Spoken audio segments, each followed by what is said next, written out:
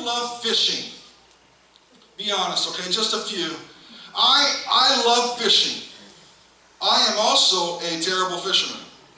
I don't know what it is, but I grew up actually, spent like 5 years of near the beginning of my life on living in the Miramichi. And we fished all the time when I lived in the Miramichi. And back in that day, the limit for trout was like 15. Today, like if you got caught with 15 trout, they would murder you. There was tons of fish, and even I caught fish back then. Yesterday, I was watching a video online from the Miramichi about striped bass. And, I'm pretty sure I could catch a striped bass. There was this guy and this couple, they were going in this little boat, and they were going through, and the water was literally boiling with bass. Like, not just like, oh, there's 10 bass in the water. There was thousands of them boiling. And I guess they were spawning and doing their thing, if you don't know what spawning means. They were spawning and doing their thing, whatever they do. And it was just amazing to see. I know fishermen hate striped bass because they eat everything, and then fishermen catch striped bass when they don't want to catch striped bass. But I'm going to catch some striped bass. And then I remember when I was a kid, I moved from Miramichi to Canning, Nova Scotia. And you got to remember that when I lived in the Miramichi, we fished on the river, or we fished in the little inlets of the river, and the water had current. And I remember moving to Canning, Nova Scotia, and my friend, at the time his name was Philip. And Philip was like, "You want to go fishing?" So I went and asked my dad. I was 12 years old. "Dad, can I go fishing?" He said, "Alone?" And I said, "Yeah, like just me and Philip." And he's like, "Absolutely not." He said, "You can't go fishing by yourself because it could be dangerous." And he's thinking the Miramichi. So finally, me and my dad and Philip went fishing. And this is not a joke. I wouldn't make it up. We went fishing, and we were walking through these fields. They were like farmers' fields. And in the middle of the farmers' field, they had these little, they weren't even brooks. They were just these little lines of water. Anyone ever seen these? They were just like these little lines of water. And they looked like they were maybe a couple of feet deep. And I remember we're walking, and we get to this little line of water, and I'm expecting, because I have this idea about fishing, I'm thinking we're going to go, and there's going to be this big open water, and we're going to fish, and we're going to catch these big fish like we were used to doing on the Miramichi. And so we walk up this little line, and Philip says, "We're here." I said, "We're where?" He said, "We're here, we're ready to fish." I'm like, and my dad's like, "Here?" He's like, "Yeah, just take your line." So what we do, we'd let out about this much, we'd let out about this much line, and we'd stand there, and you'd walk along the bank, and then a fish would bite, you'd pull it out, you just had this much line, you didn't get to reel it or anything. You just go, boop, you'd plop it on the thing, and they were like 6 inches long, like they were like these little fish. He's like, "Isn't this amazing?" And I'm like, "Not really." Like, not really, it's I miss the Miramichi. We just walked up and down, boop, boop. And he's like, one time, he tells me the story, like, one time when I went fishing, I fished and I came to this little brook, it was a little bigger, and I caught a fish that was 10 inches. I'm like, "And did you use it for bait?" Like, he's like, "It was 10 inches. Fishing is, if you want to get really angry, go fishing with Stacy. Like when I go fishing with Stacy, I want to punch Stacy in the face. Because no one will be catching anything. 10 or 12 people in a row, no one catching anything, and Stacy's like, "Boom, boom, boom," and I'm like, "You're dead to me." But I just want us to be honest this morning. Honest with each other, honest with ourselves. And I don't want you to raise your hand, but many of us have one spot or one time in our life where we may have something that we struggle with. Just be honest. It's something that's hidden. There's something that we find difficult. But today I'm not going to ask us to confess our deepest and darkest sins. But I'm going to ask us to look at an area in all of our lives that most of us, I believe, struggle with. I mean, I know that's a generalization because I can't say every single person in this room struggles with it. I mean, Pastor Silas is barbecuing down at the market. And he doesn't struggle with this.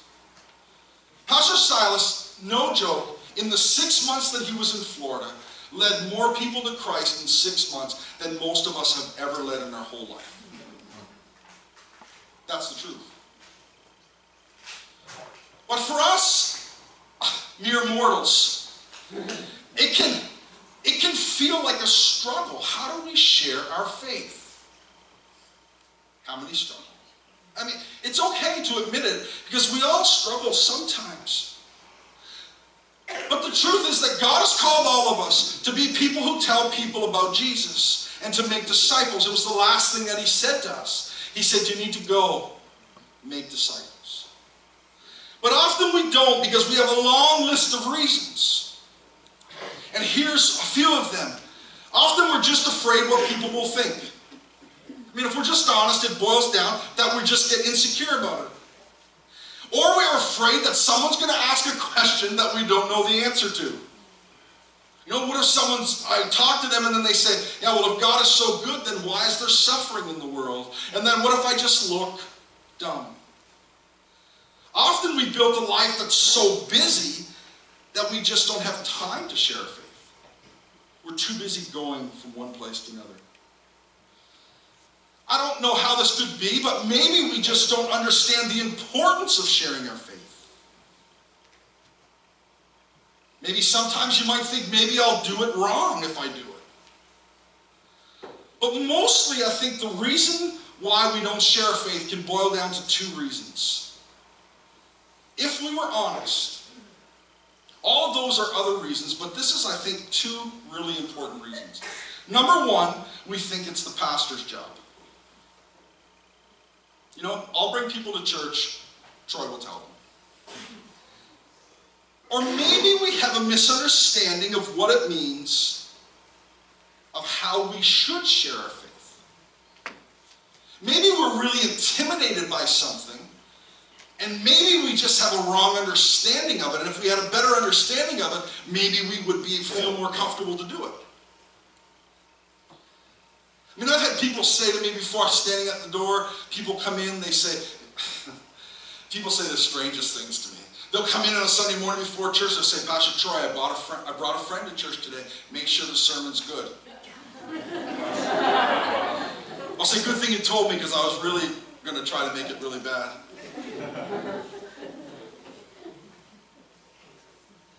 I want to be clear. I'm not saying that we should not share our faith one-on-one. I want to be absolutely clear about that. We should do that. But maybe we just have a misunderstanding of how Jesus intended it. I was flying home a couple of weeks ago. And I mean, some people like flying to varying degrees more than other people like flying. I don't mind flying. I don't mind the experience of being 30,000 feet and all that. I just don't like the room that they give you in your seat.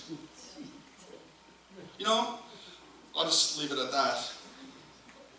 And so what I usually try to do is I usually try to bring gum or something with me so that when I get to the seat, not only can you chew it to stop your ears from popping, but I can offer the person a peace offering because they have to sit beside me the whole time. Because, you know, if it's crowded for them too. So I have this peace offering. So I sit down beside the guy. I said, hey, you want to stick a gum? He says, sure, no problem. So we get all ready. There's that awkward moment where you start to try to talk to each other. And it happens in all different situations. And then we do an introduction. I say, hey, what's your name? He says, hey, my name's Bob. I say, hi, my name's Troy. And we talk a little bit. So it goes back and forth, and he's super friendly, super nice. And then all of a sudden, the question gets asked. He says, what do you do? So I was in Ontario, and I was there traveling, public speaking, doing some preaching. And so I said to him, I do public speaking. Not because I was ashamed of what I did. because I knew that when I told him, the conversation was going to be over. He says, oh, that's really interesting. What do you do public speaking about? So I told him. And 9 out of 10 times when I fly, that's where the conversation ends. Because they think I'm trapped with this guy for the next 2 hours or 4 hours, or however long the flight is, and he is going to beat me to death with Jesus. I mean, he doesn't know me, because if he knew me, he knew that wouldn't be the case. But that was the end of our conversation. It was over. Half hour in, I tried to say something, he went, mm-hmm. And that was it. That was the end of the conversation. But sharing our faith can be intimidating at times. And here's an interesting story from Scripture that I believe gives us some really simple input to what Jesus was calling us to do. It's found in Matthew chapter 4. As Jesus was walking beside the Sea of Galilee, verse 18, he saw 2 brothers, Simon and Peter, and his brother Andrew. Simon called Peter and his brother Andrew. They were casting a net into the lake. They were fishermen. Come follow me, Jesus said, and I will send you out to fish for people. And once they left their nets and followed him. Going on from there, he saw 2 other brothers, James, son of Zebedee, and his brother John. They were in a boat with their father Zebedee. They were preparing their nets. Jesus called them. Immediately they left the boat and their father, and they followed him. Now there's a lot of stuff in this story. It's just a simple story. Jesus is calling his disciples. This is way at the beginning. And he sees them fishing, and they're fishing in groups of people, at least 2 or more that we know of. And Jesus says, drop your nets, come follow me, and they do immediately. Fishing was a family affair. It was a business. It was something they did together. It wasn't like fishing that we understand it today. I mean, yeah, there's commercial fishermen that use nets, but if I say, hey, Stacy, or hey, Rock, or hey, do you want to go fishing? No one thinks that we're going fishing with nets. They think that I'm going to show up there with a rod that I have no lures for, and I have to get them from Stacy. And that's what they're expecting. They're expecting me to show up with a rod and a reel, hopefully some line on there, and a little bit of bait. And we have this understanding of fishing. But we understand fishing through the lens of which we know fishing. Rod, reel, bait, lures, and a little bit of fancy gear so we look like we know what we're doing. If Jesus said to us, try to use your imagination, if Jesus said to us today, I want to make you fishers of men, in your mind immediately would pop up, right? Because that's where we live. When Jesus said that to them, this was very confusing to them. But they would have seen it through the lens that they know fishing. They would have known that they would do this together. That they wouldn't each grab a rod and go do their own thing. That this is something they've been called to together. Because that's how they fished. I mean, we would have questions about being fishers of men. Because we would think about fishing alone. And that's how we think about it. And that's why it's so intimidating for me to be at the grocery store, feel like I should talk to somebody about Jesus, and I don't do it because it's just me and them. And I can hear you see your heads, you're going, oh yeah. Or you find yourself on a plane and it's just you and them. I'm not saying we shouldn't share our faith in those times, but I'm just saying that maybe we're called to do these things a little differently than we suspect. But when we said this to these men, he was calling them. They had questions. And they had questions probably because they had been studying the Old Testament. At least part of it, we know they would have. Because every young child studied the Old Testament. Every young boy. And he studied it so that he could try to become a rabbi or to study under a rabbi. We need to understand, and sometimes we don't remember this, is that Jesus was a Jewish rabbi. His ministry started when he was 30 years old. That's when the ministry would start of a rabbi. And so the reason they threw down their nets to follow him is because they had studied and wanted to become a rabbi. And a rabbi would say, "Come, follow me." And when Jesus said those words, that's why they dropped their nets. They said, "Listen, I'll figure out what this fishing men thing is later. I am in." They had a whole education system, and we don't have time to go through it today, but I'll just say it quickly. The first level, and I've said this before, was Beit Sefer. This lasted until they were about 10 years old. And they would start to study around the age of 6. And they would start to memorize the first 5 books of the Bible: Genesis, Exodus, Leviticus, Numbers, Deuteronomy. 5 books by the age of 10. And then at 10 years old, I can hardly memorize what I'm going to say today. And then at the age of 10, they would be quizzed. And if they weren't smart enough, they would be told, "You're not good enough. Go to your father's business." So we know this. These boys had studied and they were told they weren't good enough. So that's why they were fishing. They had failed out somewhere. The second level was Beit Talmud. They would learn, and it went to the ages, after the ages of 14 and 15, most kids would be done, but they would memorize the rest of the Old Testament. Then they would be quizzed, and if they weren't good enough, they would say, "Go and do your father's business. Be a carpenter, be a fisherman, go do those things." And then if they went on farther, they would go to Beit Midrash.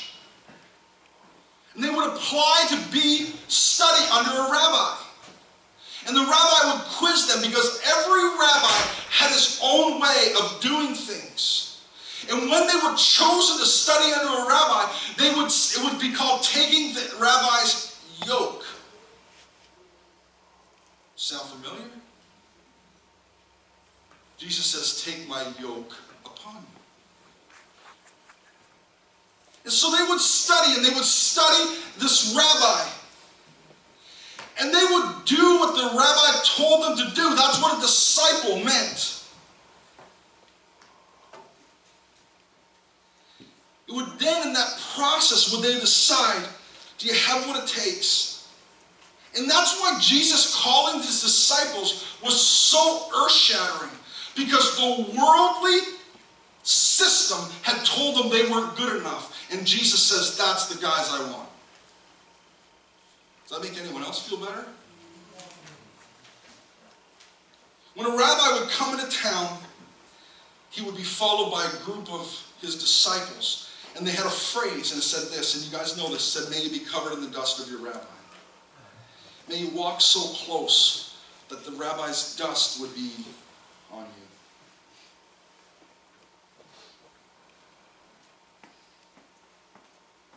Just in closing today, just to give you some practical advice about us sharing our faith.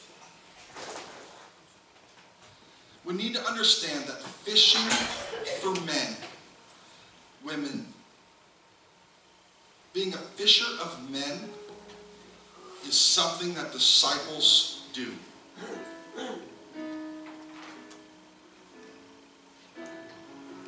It's not an option. It's something that disciples are called to do. It was one of the last things that Jesus said. And when he called his disciples, he said, "Come with me, I'll make you fishers of men." It's what Christ's followers do. Fishers of men, number 2, was not something that was designed for us to do alone. We fish together. It's a lot less intimidating when you fish together. See, that's why dozens of people have heard the gospel, have engaged in discussion about the gospel over Alpha. Because you fish together.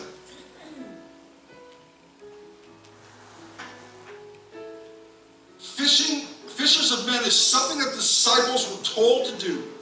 Number two, it's something that we're to do together. That's why we go near, we go far, and we go anywhere. If we could put another line, we could say we need to go together.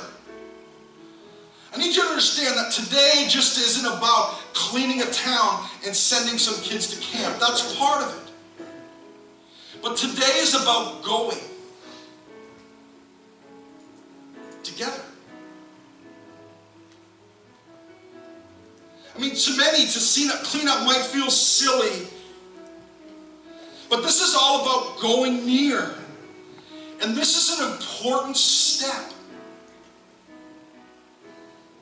We're going to explore this later on in the coming weeks in the summer, about sharing our faith. But here's 3 things that are going to make sharing your faith a lot easier. Here they are. Work as a group, number 1. As a family, maybe as a small group that you're in, a group of friends, work together today to clean a town. Maybe you have a bunch of people that live on your street, throw a party for your street. But work as a group. That's what fishers of men was designed to be. Number 2, have a plan. We need to understand that fishing takes planning. And to be a fisher of men takes planning. Not my kind of fishing, that doesn't take planning.